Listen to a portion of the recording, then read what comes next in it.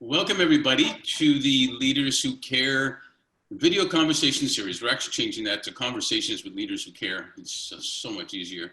We got to get used to that. But thanks for being here. I really appreciate what you guys are doing and who you are, and that's why I want to share it with as many people as we can out there. So let's get started. If you could briefly introduce yourself.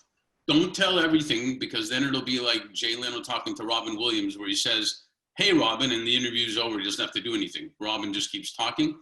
So just a little brief about yourself, personal, where you're from, maybe something no one else knows about that you want to disclose now. That could be kind of cool. And then we'll chat. So, ladies first, Kat.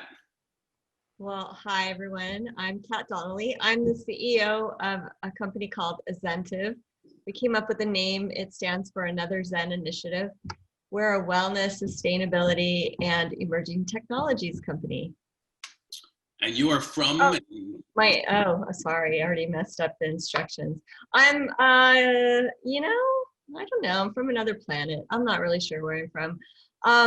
And I currently live in California.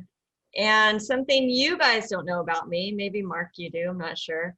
I did get the very amazing honor of trekking the Annapurna Circuit in Nepal. And it was, if anybody ever gets a chance to do that, I highly, highly recommend it. Wow. Troy, have you done it? I have. You have? All right. I had a feeling. Troy, introduce yourself. Cool. My name is Troy Carter. I'm a co-founder at Rhizome, and Rhizome is pioneering climate-positive building materials. So we use bamboo to replace wood, steel, and concrete for structural and interior applications. And we also do large-scale reforestation with bamboo and native forest. So doing good things for the world. And I also just started a new initiative around climate data. We're calling it Earthshot Labs, and essentially building a grand unified land use for policymakers and investors to make more informed decisions about forestry, carbon, water restoration, and all the things we need to do to go from our current ecological situation to the one we actually want to be in. See, men do this all the time. You ask them to tell something about themselves and introduce themselves, and they go right to their job and their work. That's exactly. Well, I would say a lot of my time is spent working on those projects and connecting with people in a very personal way related to those projects. Now, you do have a little one, don't you? No, I do not have kids. Okay. I know you have a wife, really cool wife. I do. So, okay. Yeah. So, thanks for sharing that. I mean, it depends how personal you want to get. Like, I'm a pretty transparent guy, but if you want to know the truth, you're going to start hitting places that may or may not be good for this show. So, Hey, there's always editors, but I'd love to know. John, share. Yeah. Well, first of all, thank you for including me on this call, and excuse me for that. Oh, hopefully, that'll be edited out. I am the managing director of Tripoint Ag, or Tripoint Agriculture, and I started the company several years ago. And phenomenal team that we've put together. And basically what our mission is to work with growers around the world to migrate them away from using synthetics in their growing process and get them to a platform where it's environmentally friendly, using sustainable practices and biology. I grew up in Hawaii. I went to school in LA, USC Trojan, by the way, and spent about 12 years in Europe. So my education, subsequently, then my working career started off as a professional volleyball player. Perhaps you knew that, Mark, or didn't know that. And then after a while, realizing that I couldn't do it forever, I got into business. And so that's what journey I took that ended me up in soil and environmental health. It does sound better, so you ended up in soil rather than in the dirt. It does sound better. Well, there's a lot of dirt out there, but our goal is to turn it into healthy soil. Absolutely. I was supposed to be a pro hockey player, but what are you going to do? So, things to say that things have changed over this year would be an understatement. We did a future of work panel recently. We asked people what they thought the future of work was when they first started working, and then in January, and what about now? So it's changed a lot. So let me ask you, start with Kat. I mean, your education was very, very clear. System engineering, did I get that right? Systems engineering. Sustainable energy. What were you thinking and dreaming to do at that time? Well, it's interesting because I definitely have not taken a clear educational pathway.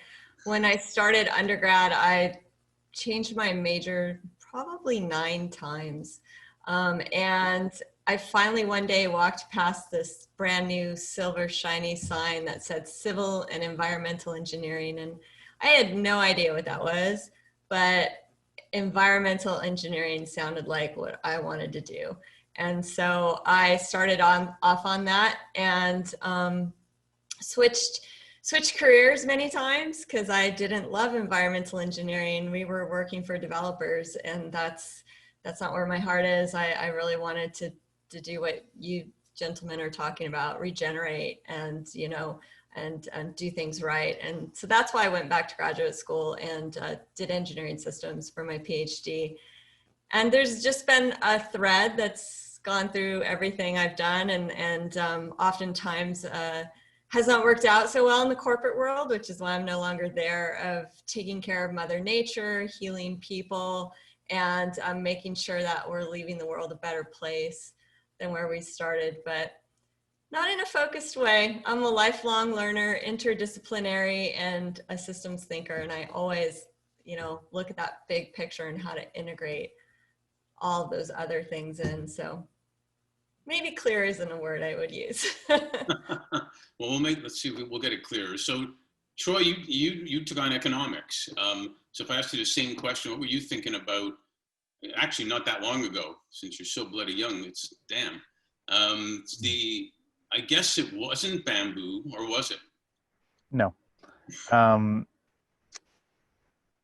mean, I come, or my perspective on education is that you can become an expert in pretty much anything in a few months. And then the last 10% of what real experts know has pretty dramatically diminishing returns in terms of specialization. So I'd say that's sort of my orientation to businesses and projects that I've gotten involved in, where there are very few specialized skills that can't be learned by expert generalists. So I look for that in hiring people and also with collaboration partners. And that it's mostly about implementation. You want to start a business, it really doesn't matter how much you know about the area when you start, because very quickly you will know more than anyone else in the field. And I relate this to, you know, for example, like climate finance and carbon, and, you know, working with bamboo or doing carbon offsets. You know, most of the most innovative industries are new, right? So everything is right at the cutting edge, and you can approach the cutting edge very quickly, and that's exciting to me. So, you know, I studied economics. Well, I love economics. I mean, from the perspective that it is a mathematical process to describe human behavior that is sometimes that has just an amazing set of tools, so quantitative tools. And then the missing piece is usually we need to ask the right questions to use those tools on. So for example, this mapping project that I recently talked about, you know, we got together maybe like 200 data scientists and, you know, GIS mapping people and entrepreneurs and investors, and like, okay, let's just ask some very basic questions about that haven't been answered yet. Like, for example, potential and existing carbon stocks, and then how we get there. Or, you know, for example, permaculture techniques of terraforming and hardscaping surfaces. So rather than building very large dams and reservoirs, as we've done in the American West for a long time now, we replicate what beavers have done for millions of years at small scale. So there's just some some basic things that we haven't used existing data to solve. So either we're using sort of like heuristics or small scale hippie, like we look at a small plot of land and determine what to do, or we're looking at it in a profit oriented way that, I don't know, it oversimplifies the landscape. And so, Interesting. yeah. There's a lot of talk about education that won't go into too much right now, but I know, John, you started out communication and journalism, not to mention volleyball. You got your MBA. Were you planning to write stories about business, or what were you thinking? Or join a marketing agency? What was it? Well, truth be told, I was a student athlete, and I think it was more emphasis on the athletics than on education, unfortunately. Although we accomplished a lot from an athletic standpoint, journalism and communication seem to be, one of the, I would say, unfortunately, the easier degrees to, not easy per se, but easier than saying going into business at the time. So I went back to school several years later to get my MBA, in part driven by guilt that I should have done better in school and focus more. But I wanted to take the years of experience in between undergraduate of working and apply that to an MBA study, which I did. And I got that at Pepperdine. So that's kind of been my educational journey to get me where I am today. And you still got Pepperdine in Malibu? Sorry? And you still got to play volleyball, Pepperdine. I did. I did. And I have twin 10-year-old girls that are just starting their journey in volleyball. And it's absolutely a delight. I'm sort of a serial coach, if you will, and they ask me to be quiet on many occasions. But to seeing them start in a sport that was such a big part of my life, it took me to Europe, it took me in various parts of the world, is very, very enlightening, very much so. It's also great leadership skills. I miss coaching my kids in hockey, and they did great in hockey, and I miss that a lot too. It's amazing. I still wonder though, were you at Pepperdine in Malibu? Yes. How do you study there? That's one of the most beautiful campuses in the world. It is. I went to school at USC, and that is a beautiful campus, but the surrounding area can be challenging. And when I went to Pepperdine, I learned that SC had a chance to buy that campus towards the turn of the century, but turned it down. They decided to expand in LA. So there you go. Well, but it is a beautiful place. Beautiful. That's amazing. Yeah. So let's talk about a little bit about experiences. Kat, you've had certainly some amazing accomplishments in impacting communities and behavioral science, as you said, to gain engagement, gain consensus from multiple stakeholders. Can you share with us a story or two of what that looks like?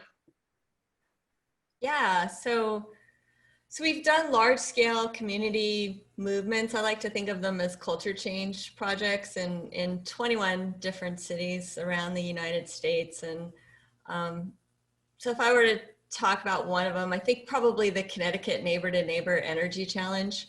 And we did that in 14 towns. We received a $4.2 million Department of Energy grant with the first round of stimulus funding. So all of us need to look out for that second round to do good with that money. And we worked in 14 different towns, and it was essentially pulling together. We started out pulling together the 14 municipalities and the 135 community organizations that were in those 14 towns that had anything to do with sustainability or environment or even keeping people warm. There were warm funds and things like that. Brought them all together and found out what their common ground was and how can we leverage each other and work together to build this movement that benefits everyone.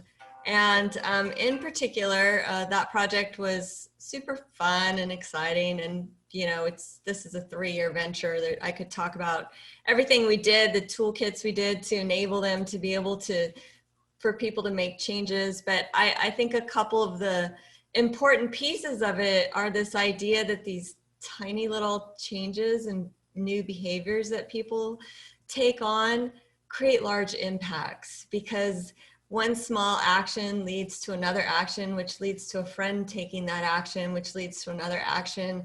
And all of a sudden you've got these little actions that people often see themselves as a drop in the bucket. I can't make a difference, but they can, and they can start seeing together what everyone can do.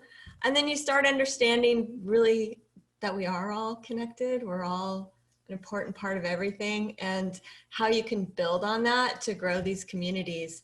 And one of my favorite examples, and it's kind of funny because it came up just on the meeting I had before this, was we're in this small town and we weren't making a lot of traction. And so we started mapping out the assets. Who should we be talking to, and digging in. And someone said, well, have you talked to the horse commissioner? And we were like, the horse commissioner? I don't even know what a horse commissioner is. And we did. We talked to the horse commissioner, and that person turned out to be the most influential person in the community. And the program took off after that. And just today we were talking to a large indoor farm about, how they can be more sustainable and grow more like Mother Nature and get more nutritional food out. And that same connection came again where it was a horse that pulled everyone together to have this conversation, and again reminded me of how energetically we're all connected. And if we can find those common grounds, we can get past any of the divisiveness and start collaborating, co-creating together. So super cool. This probably not a good place to put this in, but somebody was talking to me recently about expressions, and I love finding out where expressions come from, because they sometimes make no sense. So I just got to say this before I forget, because it came with a horse. So the guy was looking to how to get an inside track on betting, and the guy said, you just need to speak to the jockey. So where did the expression come from? You get it from the horse's mouth? But the horse said, no, you got to speak to the jockey and get information from him. And he went to see the jockey. He says, well, if you're going to get the real information, what's going to happen at the race, you need to get it from the horse's mouth. And he's the one running. And that's where the expression came from, apparently, to get it right from the horse's mouth. Go figure. It's an interesting, useless piece of trivia for you guys. Hey, Troy, how did you get to bamboo in the first place? With whom? Where did that come from? Having the knowledge and understanding of is it an opportunity or not? And then, for that matter, the confidence to take it forward. How did all that happen? Yeah, so I've lived on Hawaii the last 7 years or so. So met the rest of the team on Hawaii. So David's been, I guess, the foremost bamboo architect in the world for the last, 25, 30 years. And we just have a strong friendship. And I consulted for them, just like work together to essentially bring a new process to market. And then really joined a year and a half ago full-time to take a manufacturing process, which was now technologically rigorous, and scale it up with people and money so that it can go from an academic or sort of, uninteresting little bit of trivia to something that has significant global climate impact. Because we're in a climate crisis and ecological crisis. The climate crisis is not just about CO2 in the atmosphere, but it's one easy metric that we can use to determine how well we're doing. And our internal goal with Rhizome is to sequester about 10 gigatons of carbon by 2050, which would be about 1% of the trillion tons of CO2 that we've emitted since humanity started industrialization. So that's a big potential. And I think I'm excited by the scale of projects like that, because they give a sense of deep optimism that it's actually not that complex, at least when you measure it by that scale, to address the problem. It's just a question of will and incentives. And so that means there need to be only about 100 teams with a similar level of impact. Now, that's not to say that the ecological crisis as an entirely separate issue is not just as important, right? Ecosystems, water cycles, indigenous land agency, people having enough food security to actually properly have the freedom to steward their land. Like, these are all equally important. but it's harder to get paid for those. And so one of my interests is in catalyzing the very, very large amount of investment money that is available towards solving these issues, because philanthropists are already doing sort of like as best they can, right? Like that has been around for a long time. And now there are some market shifts, particularly around carbon markets, and also just forestry markets in general, that have created incentives that we can actually do ecologically good things and make money doing them, which means it's inherently very, very scalable and will get adoption very quickly. And an example, we can see that in solar right now. When solar is cheaper than coal, it suddenly blows up, and that's what's happening now. In 10 years, coal will be pretty obsolete. Yeah, it's a good point you raised before getting to John, about, because we work with a lot of quote unquote impact investors, a lot of family offices that don't feel the need to sacrifice financial return and make an impact at the same time. I think we finally have gotten to that point where you don't have to work for a nonprofit for less money, which I did, by the way, before I got into search, because I wanted to make a difference, but it was for less money. Or you go work and just make money and you don't have time to make a difference. So I think we're finally getting to that point. John, correct me if I'm wrong, but healthcare was your initial industry where you were doing things. Tech leaning, a little bit of a tech leaning, and then a focus on healthy aging, which I need to talk to you about later. If we can do that. All need to do that. Sounds like this wasn't necessarily, you touched on a little bit before, a direct evolution to agribusiness, farms, soils, but there is a thread there, and it's about caring for the well-being of people, it seems. Share that evolution a little bit. Yeah, I mean, it really started with a development we were looking at in Hawaii, a healthy aging facility, sort of assisted living, if you will. I had put a team together and located an area near Diamond Head. I'm sure Troy's familiar with Hawaii. I don't know if you're on Oahu or not. But we had a really good program in doing the metrics, if you will, on placing this type of facility, senior care, if you will, that was going to be, I would say, associated or integrated with the community college in that area. Was just a, it was just a brilliant project. But like with anything, unfortunately, at the last minute, we weren't able to pull everything together due to one component or another. But during the course of that, I was talking to a colleague of mine who mentioned another colleague of his, who had this off-the-shelf product called Plant Catalyst, by the way. And he introduced me to the CEO, John Willard, who has since become not only a member of our advisory board, but also a good friend. And I knew nothing about agriculture other than, perhaps a tomato plant or two in our garden. But I did some research on this product. I spoke with him and I realized the challenges that ag was experiencing. And a lot of it had to do with soil degradation, certainly tied in part to climate change, but really mostly due to the use of synthetics in the growing process. And frankly, I didn't realize how detrimental it was to the environment.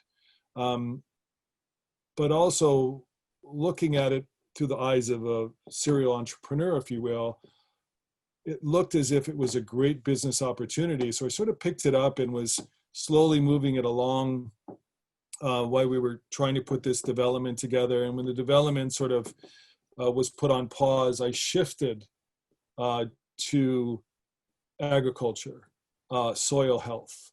And that's where we are today. We've put together a phenomenal team. Our science leaders, Dr. Elaine Ingham and Rod Heemstra, are sort of belong to some of the best in the world when it comes to sustainability from a farming perspective. And we have a great opportunity around the world to solve a lot of problems.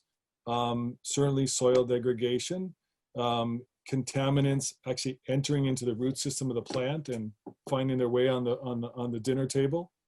There's a lot of repercussions from that. can go into detail and so forth. I don't want to bore anybody. But I'm very optimistic, not only with the team that we have, but the science, that we really can have a profound effect on the growing community around the world. And that's large growers, and that's also the small farmers, which quite frankly are one of the most important components of food security around the world, ranging from Asia to Africa and so forth.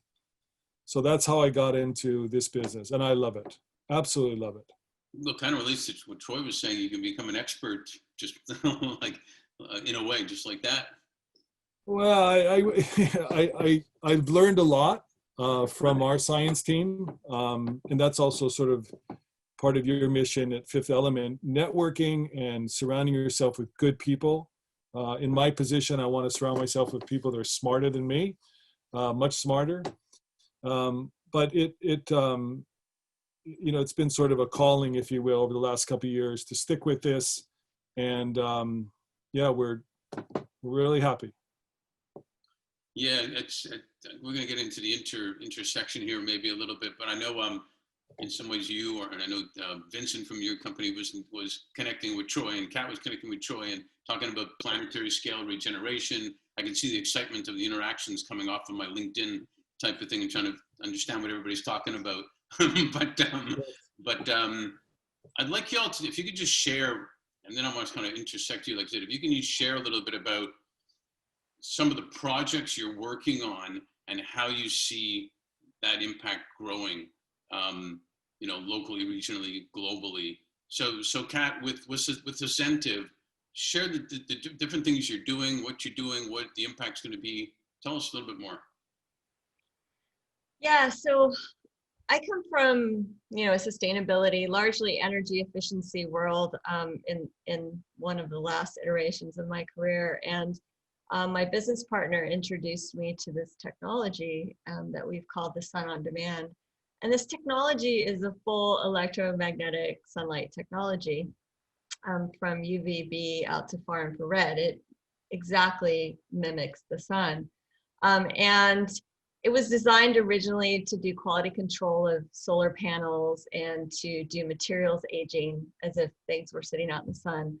And we recognized right away that sunlight, not only is it healthy for people, it's healthy for plants. And I you know, not to get too personal, but I have those ramifications of our chemical induced ag in my body, and it came through in celiac, through all of the glyphosate pesticides, and through neurological things that I've had to work through.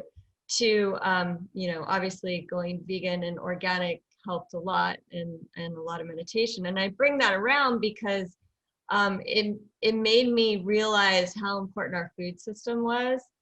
And I've always been about addressing this climate catastrophe that we find ourselves engaged in. And so that led naturally to agriculture. And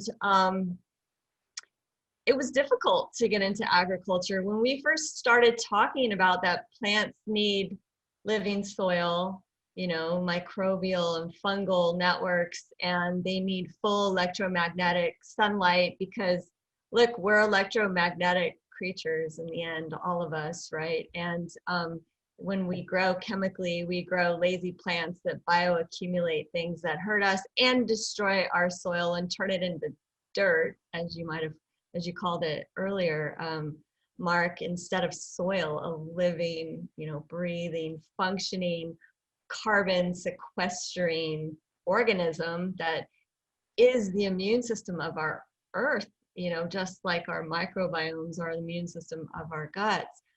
So I guess all that's to say is we are working with small farmers. We love to work with farmers that want to grow outside and, you know, grow naturally with Mother Nature. Sometimes they are indoor farmers, but we support them to be outdoor farmers. And we're educators, and we're educating all the time about the importance of these regenerative systems. And then we want to take it a step further. You know, Mark, you know, I got very excited about how Kiss the Ground framed frame the regenerative agricultural movement. I mean, we've been working on this for a long time. We've had conversations with Rylan and of Kiss the Ground Foundation and Dr. Bronner, and it was really exciting to see how they framed it and how we can use, you know, not only technologies, but education and ways to motivate, enable, and engage people to change the way we're doing things from this extractive way of doing things to this regenerative way. And regeneration brings abundance. We've all touched on that. When you do it regeneratively, you have more profit, you have less waste, and you can share the abundance. You can bring in the assets and share the abundance locally, and rather than extracting everything out. And so I don't know if that answered your question, but that's both the small picture of where we are, of really educating farmer by farmer, grower by grower, cultivator by cultivator, to eventually implementing, you know, I picture implementing these like ready to plant outside gardens that we've gotten ready indoors, and they bring all the plants of the immune system needs, right? And we give it to house to house to house, and people are growing their own food. And maybe we're getting rid of this, you know, monocrop extractive way of being, and going back to what Mother Nature's already perfected, and doing that collaboratively with awesome people like Troy and John and what they're doing. And so that's, anyway, I don't know if that answered your question, but that's where my brain goes. Well, really quick, you've also talked to us about what it can do against the virus and things like that, right? Yeah, well, sunlight is it's nature's, it's germicidal, it's healing. There's so many things that sunlight does for the plant and our bodies, from building our immune systems, generating metabolites and compounds in the body like vitamin D and serotonin to boost our moods, or build our immune system and boost our moods, to modulating our circadian rhythms. So when you spend your whole day under a narrow band light like LEDs, or I guess plants under LEDs or high pressure sodium or metal halide lights, you're only getting a small percentage, like less than 1/4% of the sun's energy. So how can we, with the sun being, you know, the life force of life on Earth, how can we expect things to thrive in that environment? Narrow band lighting is very unhealthy for us. It's why it's, you know, I don't want to, it's one of the major causes of a lot of illness and problems that we have. And if you can't sleep properly, that goes for people and plants, you're not going to be as healthy as you can be. So anyway, we go outside, get sunlight. You know, you don't have to have our technology. Our technology is to fill little gaps where that's needed.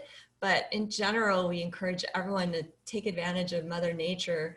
Sunlight cracks the capsid of coronaviruses, not just SARS-CoV-2, but viruses in general. It damages the RNA, so it can't replicate. You know, it inactivates the virus, and it does that for a lot of things. We've seen powdery mildew and botrytis. We've seen genetics revert back to their original genetics. I mean, it's just a healthy, it's just provides health and abundance and love frequencies to all of us. So you guys are in Hawaii, so I don't have to preach at you. You know, you know this already. That's exactly what I told Deloitte when they kept me in the office doing audits when I started, that I got to go outside, guys, and they didn't believe me. They said, no, you got to stay inside and audit that stupid invoice. I said, what are you talking about? No, that's fantastic. And Troy, we talk about it, and you talk about planetary scale regeneration, but I was also interested when you talked to me about real estate development, and we do a lot of work in workplace environment and buildings and stuff. So talk to us about what you see happening with you and how it is going to affect different parts, including development. It's a super broad question, but I'll give you my associations on it. That's all I got, man. You got to go with it. So I would say my work So rather than real estate, let's just like buildings. And so on buildings, we need to be making buildings out of materials that don't harm the planet, digging up, digging up cement, using a lot of energy to process it, digging up, iron ore, making it into steel. Like these are very damaging practices, and also cutting down forests. Whether or not we call it sustainable, globally, it's not a sustainable industry. And we're seeing the effects of that globally. We're maybe less affected in North America or Western Europe because we're a little bit farther away from the problem. But go to sub-Saharan Africa, Southeast Asia, Latin America, massive deforestation. And most of these places, we don't even realize what we've lost. And same in the Western US. We don't realize what we have lost in terms, we call it biodiversity, or, and I don't know, a friend of mine the other day, he told this story about, he's a native man from BC. He told this story, he's like, I'm so proud to live in the forest land of my ancestors. And his grandfather was like, what are you talking about? These trees are only 80 years old. This is not the forest of your ancestors. So we are under the illusion that we are living in a healthy world because we don't have a baseline to know what a healthy world actually looks like. And so the least we can do is do less harm. This is why I'm in bamboo.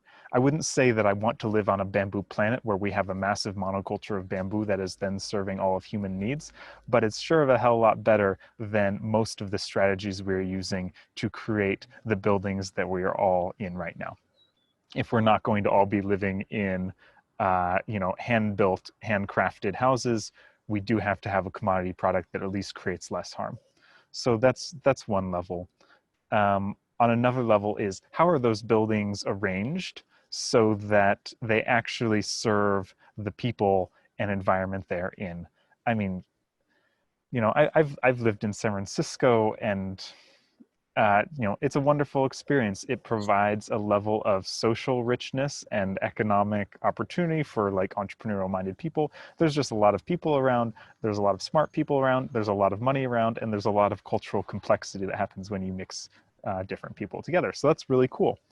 But by and large, cities don't actually create a quality of, like in cities as they are now, don't create a quality of intimacy with non-human nature. And that's just like an integral part of being on the planet. And so I am much happier living in an environment where I get to interact primarily with non-human nature. And that's just like, it feels good. So if it feels that good, but there's such a large trade-off between living in nature and having this sort of social and economic opportunity. These are sort of big trade-offs. There needs to be less of a trade-off so that actually the needs of the human being can be met in a way that's not destroying the planet. So suburbia is sort of the awkward attempt at doing this, right, where it's like, oh, then I can get a little bit more contact with nature and have a lawn. But it also doesn't fulfill the promise of what the human being needs in order to actually feel fulfilled.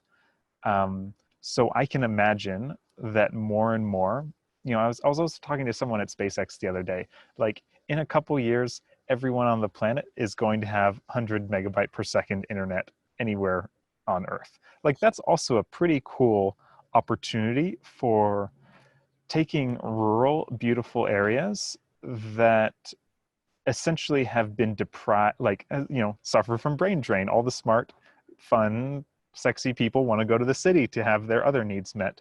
And what if that wasn't the case? What if we can actually meet those needs in a more comprehensive way without having the trade-off with nature be so strong? So that's greening cities. And it's, I would say, in a way, like urbanizing the wild, which is where human beings are contributors to the environment rather than detractors. Another perspective in conservation that I actually think is not such a great idea is that humans are intrinsically bad for the world. It's sort of like an ingrained belief that most people have come to because that's what we see. But that actually doesn't have to be the case. Like human beings can actually provide ecosystem services and can live in environments without harming them. It's not an intrinsic quality of the human being that we harm nature. We can, we eat things, we farm things. So there's sort of like a trade-off between wilderness and whatever, domestication, but it's not harm. And so that can look a lot of different ways, but I'll just leave it at that. It's like from first principles, there's a way in which urban development can be that meets our needs better, that, and in the process of meeting our needs better, that means land is more valuable, means people want to live there more. So if we live in forest cities with a lower percentage of area dedicated to cars, I mean, one great resource, so Christopher Alexander's book, Pattern Language, they analyzed cities from all around the world, basically said like, oh yeah, cities feel pretty good if less than 9% of the area is covered by cars and parking. And in most US cities, it's 65 to 70% of area is dedicated to roads, parking. It's for car infrastructure. And so we're also reaching a point where car infrastructure will also be obsolete.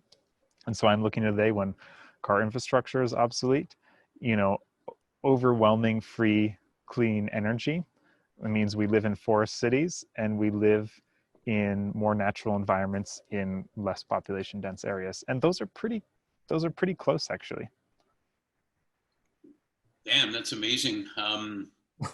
John, you're doing some amazing public-private partnerships around the world.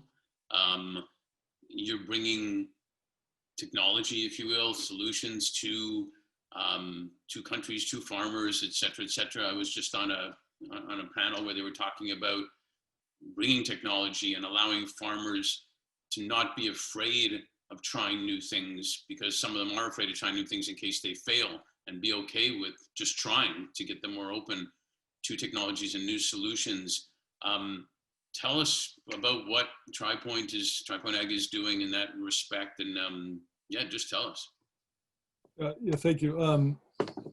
Kat mentioned at the beginning of her segment here that the ag world is very complex and challenging. And I agree with that wholeheartedly.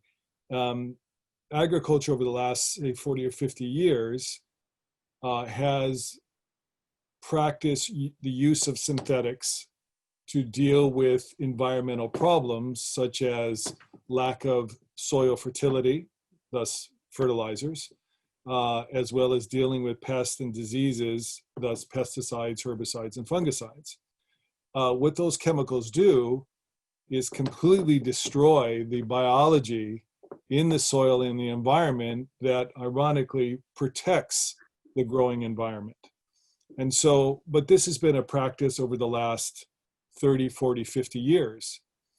And growers around the world are realizing that this practice is just not sustainable. And I would say a majority of the growers around the world, from our perspective, their productivity has either declined or is plateauing.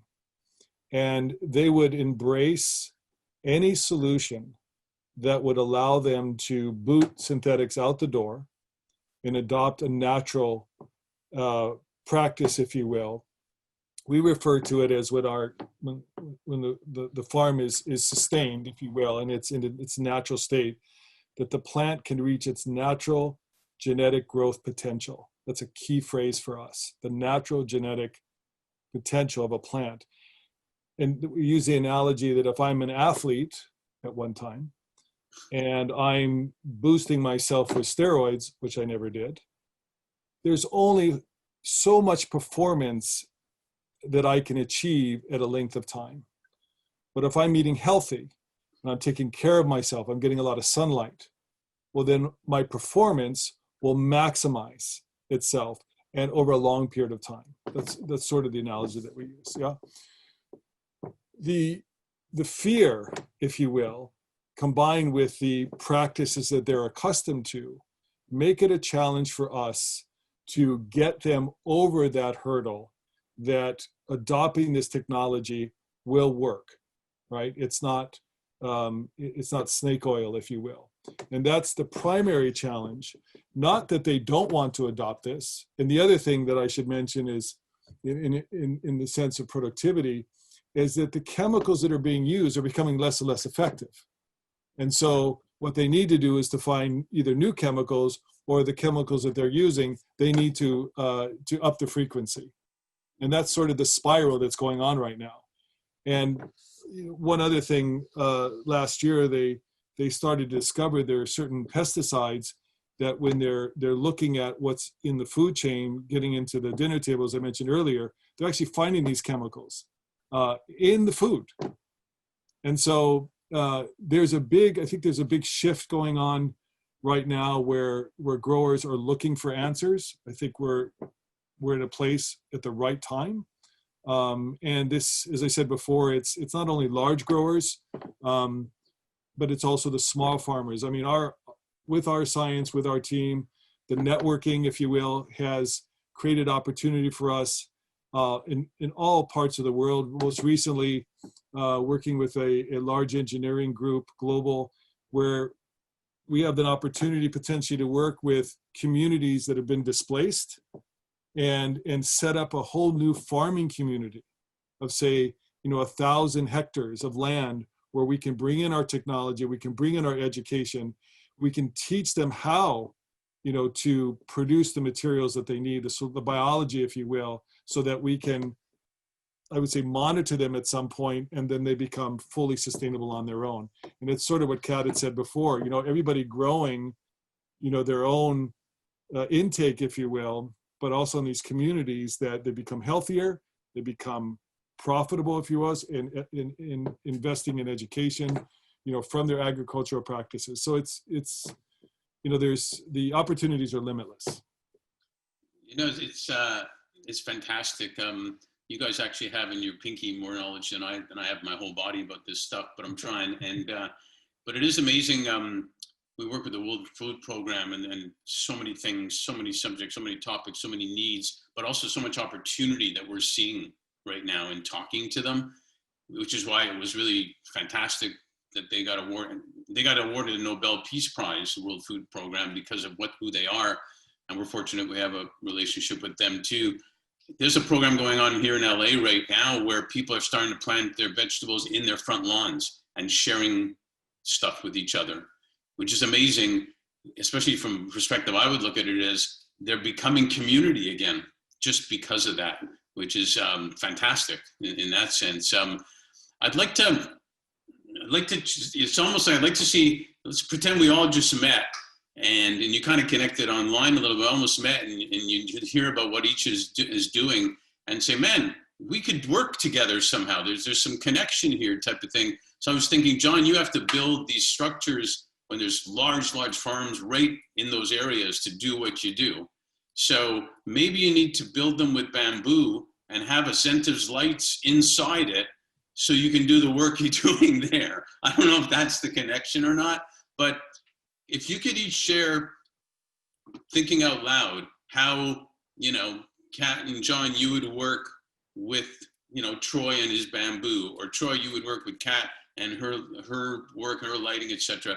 What would that look like? Is there, one of the SDGs we concentrate a lot on is SDG 17, which is partnerships, collaboration. Is there collaboration here, or are you three distinct parts of the sector? And I'll just open up whoever wants to start. Oh, well, there's always collaboration potential. And that's the beauty. I have a question for Troy. Does bamboo I know hemp is not only, I know a lot about using hemp as a fiber, but I don't know as much about using bamboo. So I'm super curious if bamboo also, since it grows so fast, does it also remediate land from chemical issues? And so then that tells me, that's even another connection together. Yeah. So one of the major issues in soil, so you talked about synthetic fertilizers, basically. So we've got a bunch of phosphates and nitrates in the soil, but the problem isn't when they're in the soil. I mean, they kill the soil, okay, but then they enter the water stream, they kill most of the organisms in the water stream except the algae. Then the algae bloom, deoxygenate the ocean, and everything dies. So we see this pretty often all around the world. Bamboo is really effective at drawing up extra nutrition from the soil. It's basically got like the highest net primary productivity of any plant ever. So it just grows super fast, right? And so whatever's in the soil, it takes up. We haven't seen any negative effects from long-term harvesting. There have been quite a few studies like showing long-term harvesting in soil health, but particularly when complemented with something like perennial peanut or a nitrogen fixer, it's just one self-generating system that we get to take the biomass from. You know, we essentially, it takes carbon dioxide from the air, and then we chop that tree down and we sequester the carbon in the built environment, which is great. So one of the pollutants right now is carbon dioxide in the air, and a whole nother set of pollutants in the soil. So it does a pretty good job. One of the things we're pioneering in Florida is essentially, you basically get paid for taking nitrates and phosphates out of the water if you can, because it's very hard. Like you can't chemically do it or like push it through reverse osmosis, or like these are very difficult processes to do at scale.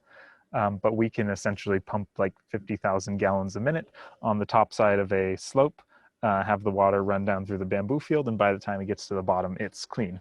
So that's a cool thing. Free fertilizer, save the water, and grow a lot of great building materials and sequester CO2. Mm-hmm. Very interesting. Yeah, so I don't want to. Oh, go ahead if you have a question. But I guess I'm thinking of you know, we go somewhere and prove out, and it's for me, it's more than just the farm and, you know, doing all of that regenerative, but also what both you guys mentioned, but Troy, you mentioned the community and how we're developing that community. And one of the things that we see on farms is just the farm workers, you know, they don't have housing. They don't have, you know, there's no place for the kids to go and get educated. So I could picture building, you know, these bamboo buildings that are also creating the food supply and building the community, and doing that in a very collaborative way. Yeah, I was just thinking, I mean, super cool. Like the problems that we're facing as a planet are complex problems, right? And so complex problems have to be addressed by complex solutions. And the reason farmers farm corn is because it's simple, right? You have one protocol, you have one crop, it enters a commodity system. You can wrap your mind around how it works very easily with one or two guys making decisions. And that's not the level of solution that we need. And so partnerships like with Kat and John, like this is a really important element, because like what I said, you can become an expert in anything in 3 months. Well, you can't become an expert in everything in 3 months. You can become an expert in one more thing. And so it's just the level of complexity that is needed to design holistic systems just requires a lot of people giving their talents. So I was just thinking, Earthshot Labs, like, you know, what we're doing is data-driven decision-making for large scales of land, because the human being cannot conceptualize how large land is, or how large the planet is. It's really big. And so we can look at an acre of land and say, oh yes, I should do a water restoration landscape here and plant trees here. But to do that over millions and millions of acres is just too complex for a human being to do. So our premise with that project is that we will be able to derive insights for large-scale land use that incorporate a level of complexity that can't be thought of very easily. But then in order to actually implement those solutions, you need an equally sort of like innovative finance tool to actually be able to go do it. You can't just go to like a real estate developer. What they're incentivized to do is to do one thing really well.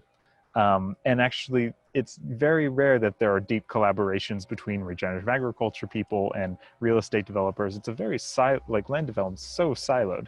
And you're either a corn farmer or an apple farmer or something else, but you're rarely two things and almost never 100 things. And what we need is a solution where all the 100 things come together in one system.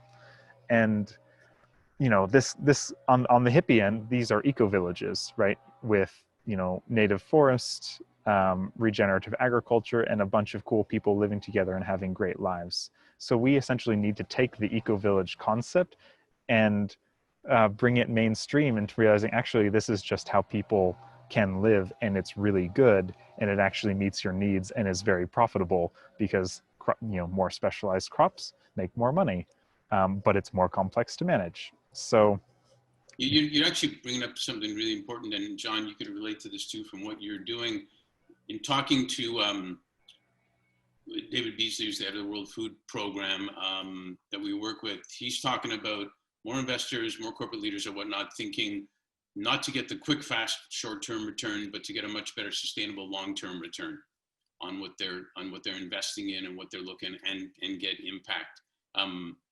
So I throw that out to you, maybe John on this one, and we'll complete about you're looking at long-term solution and what you do, right? And that's what they're talking about is long-term solutions. Yeah, I mean, there's a lot of, I would say, inaccurate information out there, and not just obviously in agriculture, but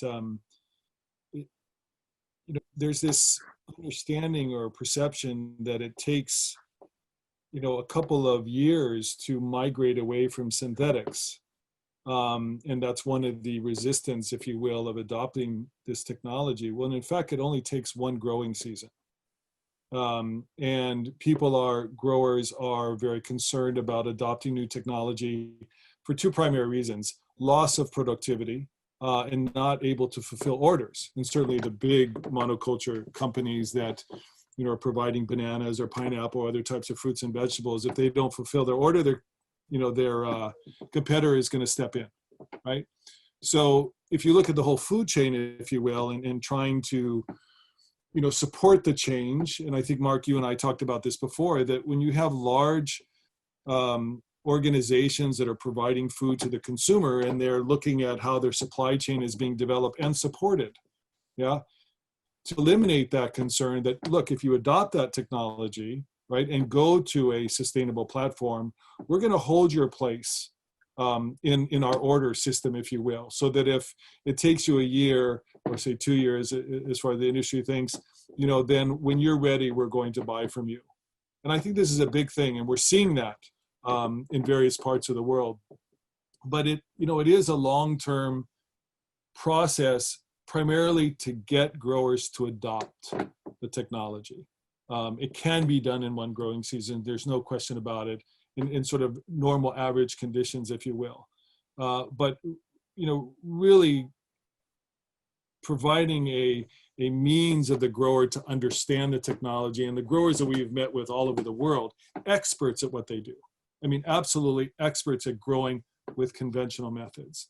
And their knowledge fully respected, whereas we position ourselves as that we're the experts in growing with biology. We're the experts in showing you that you can reach that natural genetic growth potential of your crops. And that's the journey we're on right now. And in Asia, in South America, and now it looks like we'll have some opportunity in Africa.